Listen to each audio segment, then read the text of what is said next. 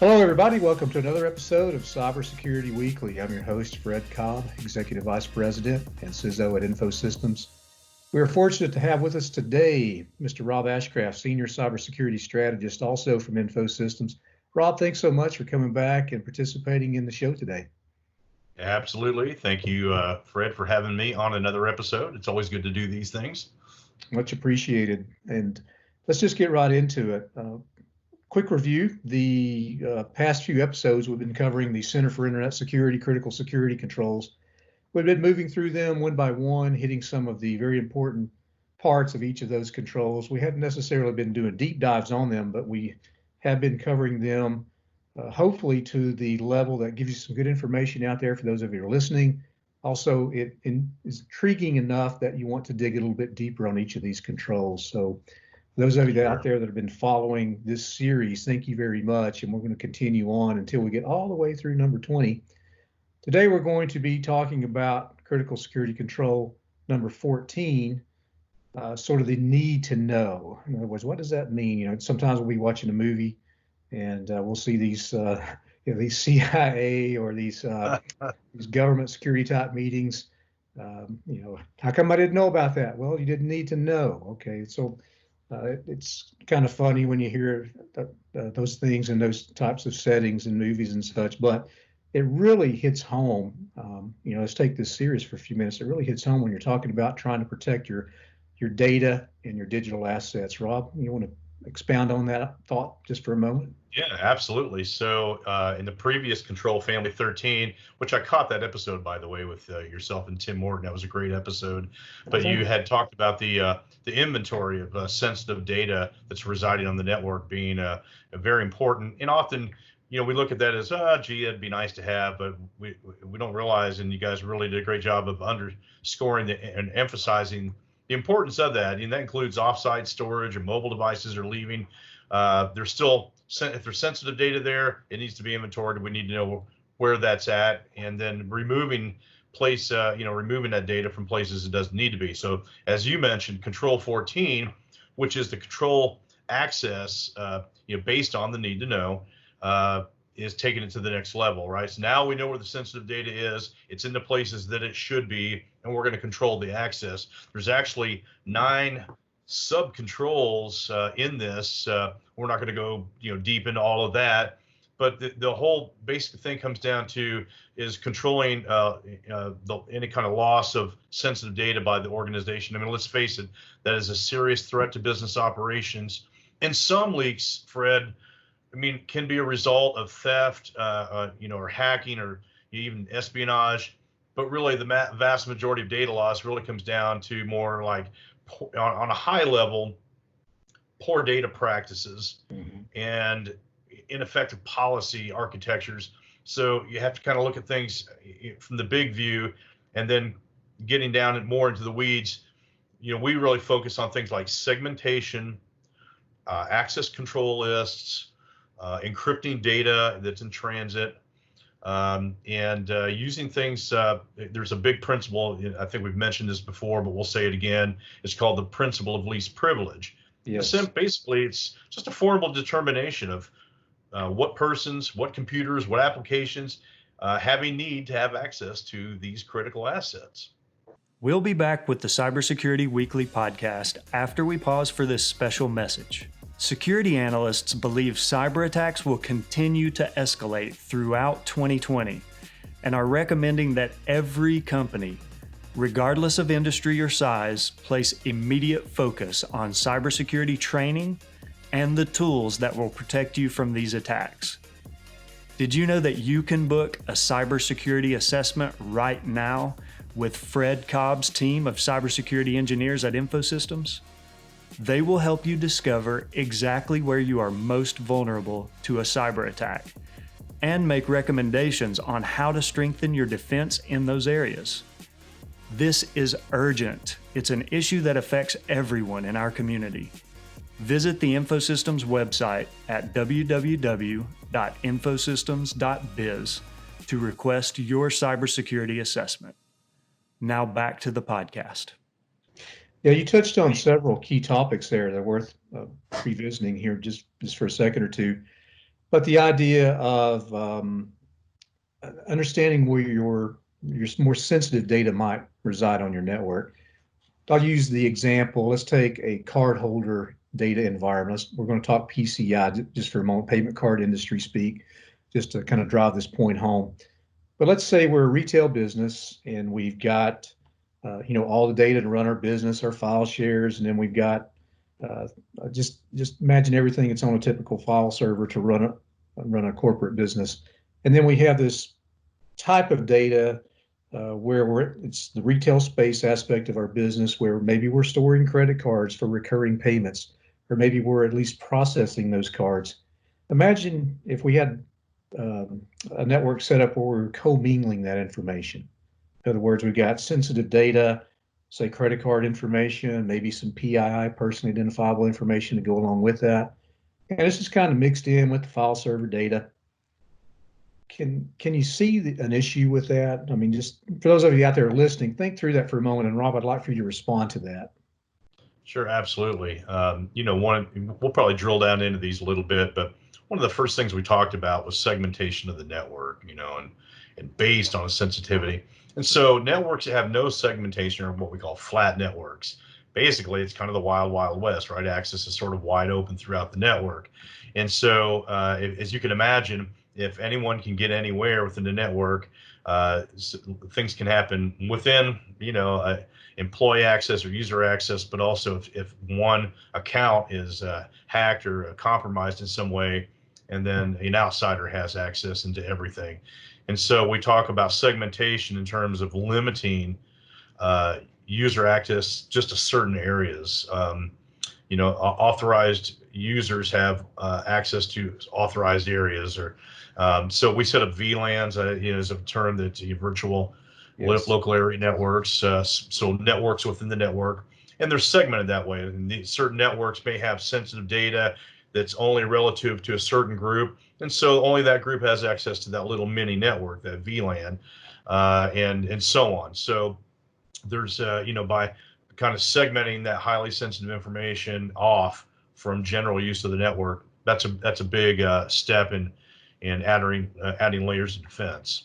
Yeah, absolutely. And using that example of the payment card data, maybe that's sitting on a SQL server, maybe it's in a flat file, hopefully not, but having that, as you just mentioned, not only having access controls around who can access that data, but at the network level, having those VLANs in place where you can segment those particular servers off.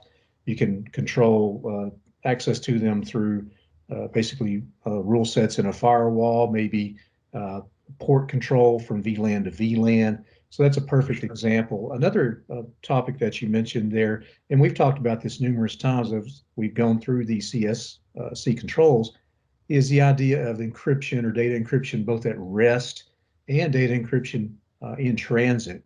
Absolutely. I'll share your thoughts around that for just a moment or two. Yeah, and so in this control, it's both are mentioned in the subcontrols. The one that's more emphasized even at the lower implementation group levels is encrypting your data in transit. So data that's traveling over the wire or even wireless, basically any data that's being transmitted from one system to another, right? Encryption encodes the data so into some indecipherable format, and then enables it when it's authorized to be decrypted and ciphered once again. And so that's basically in general terms what encryption is. There's a couple methods to doing that. I don't know if we need to get into talking about symmetric encryption and asymmetric encryption and and things like that. But there's cryptographic protocols, SSL or TSL and things like that. They're authenticating data between the systems. But essentially, what we're trying to do is prevent a man-in-the-middle attack, right? So somebody intercepting that data coming over the wire or over the wireless and seeing it in clear text. So encryption of data in transit is really important. And a lot of times if you think, hey, it's in my network, do I really need to worry about that? Well, again, you're adding layers of defense within the network. So if something was compromised, or again, somebody's doing something they shouldn't be doing, they're not able to see or decipher maybe sensitive data that's being transmitted through the network. Yeah, I mean, just think about connecting to a website. using SSL, which TLS is replacing SSL Yep. over time, and as we make improvements to the capabilities around data encryption, think about wireless. There's different types of wireless access protocols that you can use to encrypt the data in transit. Also, getting back to some of the compliance requirements, I keep hanging out PCI, but I'll use HIPAA as another example. Health and Human Services, they've come out with HIPAA guidance and subsequent guidance, in addition to the current requirements around the HIPAA security rule. But they're really impressing upon, if you have electronic protected health information, make sure that information is encrypted at rest, encrypted in transit. So that's a very key point that we need to make. We touched on the access control, the concept of least privilege you mentioned a few minutes ago. I've seen horror stories where maybe it's for troubleshooting purposes or just lack of understanding of the inheritance of permissions, but say on a Windows server where someone is trying to fix a problem and they suspect it might be a permissions issue. They go to the top of that particular folder or maybe even the root of the drive itself, and they do permissions inheritance, which allows permissions to flow through that particular file structure. And they've opened up someone to come in and move east to west, or even come in north-south from the external network to have access to the data they shouldn't have access to. So be very careful when you're establishing your permissions around, again, these different classifications of data. Make sure that you are focusing on just the very limited permissions that someone needs to do their work or perform that task. So I often talk with organizations about this, and so we talked back in the family control of 13, we're talking about the inventory of sensitive data. In this case, we're talking about basically an inventory of users and systems, and we're mapping those users or systems in both to the sensitive data inventory, right? Based upon the need to know, based upon the principle of least privilege. And so basically ratcheting down access to sensitive data. And this is again, we're adding layers of security. And by doing this, it makes a huge difference, right? In terms of really having a tight security program. Mm-hmm. I think another thing that listeners out there should consider, this is a compliance requirement, at least in one compliance framework, again, the PCI DSS, Data Security Standard. But this is something that can really help, regardless of the type of information you're trying to protect that you're dealing with on your network day to day. But think about file integrity monitoring, or FIM. Sure. I can describe that. Rob, you want to take that, or you want me to take that real quick? Well, I think what the idea is, you're basically enforcing audit logging, right, for access to sensitive data or even changes to sensitive data. And so you can use some tools, some file integrity monitoring tools, and FIM, I think is the short word for that. Right. And in several categories back, we talked about SIMs, so security information event monitoring. That also can be kind of played into this in terms of syslog data. But it's basically enforcing detailed audit logging around the access to sensitive data. Yeah. Another, I guess something that's not thought of naturally is sensitive information as it concerns file integrity monitoring or operating system files. In other words, there's lots of variations of malware. There are viruses out there, sure. Worms, Trojans, that they will attempt to modify operating system files. So in addition to looking for change events within the actual sensitive information that you are responsible for, also the operating system files should come into play. They're considered sensitive in the fact that a DLL, a .exe file, something could be changed within the OS components or OS makeup itself. And one thing that you want to, then you can do some big troubles there. Absolutely, absolutely. Think about FIM as again, noting those changes in your sensitive information, but in files that should not change. Very often, maybe when a service pack update happens or a patch is applied, maybe a file changes. But in day-to-day operations, operating system files typically aren't going to change. So treat those as sensitive information as well. Film is a great way to do that. And you can, that's just one extra layer where you can put some detection capabilities in there to look for nefarious activity on your network. Yeah, there's a few other sub-controls kind of in this category, this family of controlled access, and things, for example, like data scan technologies, basically to help locate and categorize data. Again, in 13, we may have already done that, should have done that, and looked at it, but that's they recommend possibly doing that. Again, especially if you've got a larger network and data could be flying all over the place at some point, and there's a little bit of cost often behind those type of services. But I know that InfoSystems does things like that, where you can provide data scan technology to locate. But there's certainly some cost behind that. I think another interesting tool that maybe makes more sense is things like host-based DLP, and this getting kind of back to the FIM, but some automated tools around data loss prevention. Absolutely. Yeah, we did touch on that back in 13, but it certainly carries forward into this particular control as well.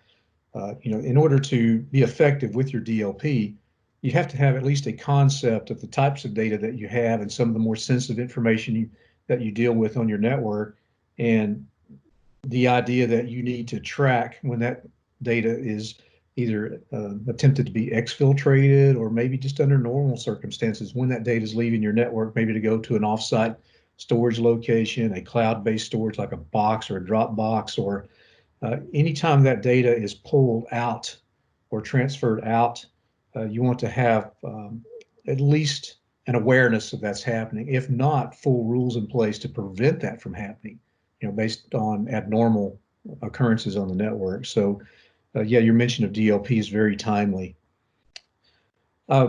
Again, we're talking about CSC Control 14. I think we'll put the wraps on it now, Rob, but we covered some key areas for those of you out there listening. I think we hit the highlights there. Yeah, absolutely. So hopefully we have at least gotten your curiosity up and wanting to go into this a little bit further, along with some of the other controls we previously mentioned. We have several controls yet to cover. I'm excited about going through those again all the way through number 20. But for now, we'll go ahead and close up shop today. Rob, thank you again for participating. Hope to have you back on the show real soon, maybe even the next episode. We'll see how that works out. I'd like to have you back if we can get you back. But thank you again. Sounds good. Yeah, thank you, Rob. And for those of you listening, thanks for your patronage, and we'll continue to provide good content. Talk to you soon.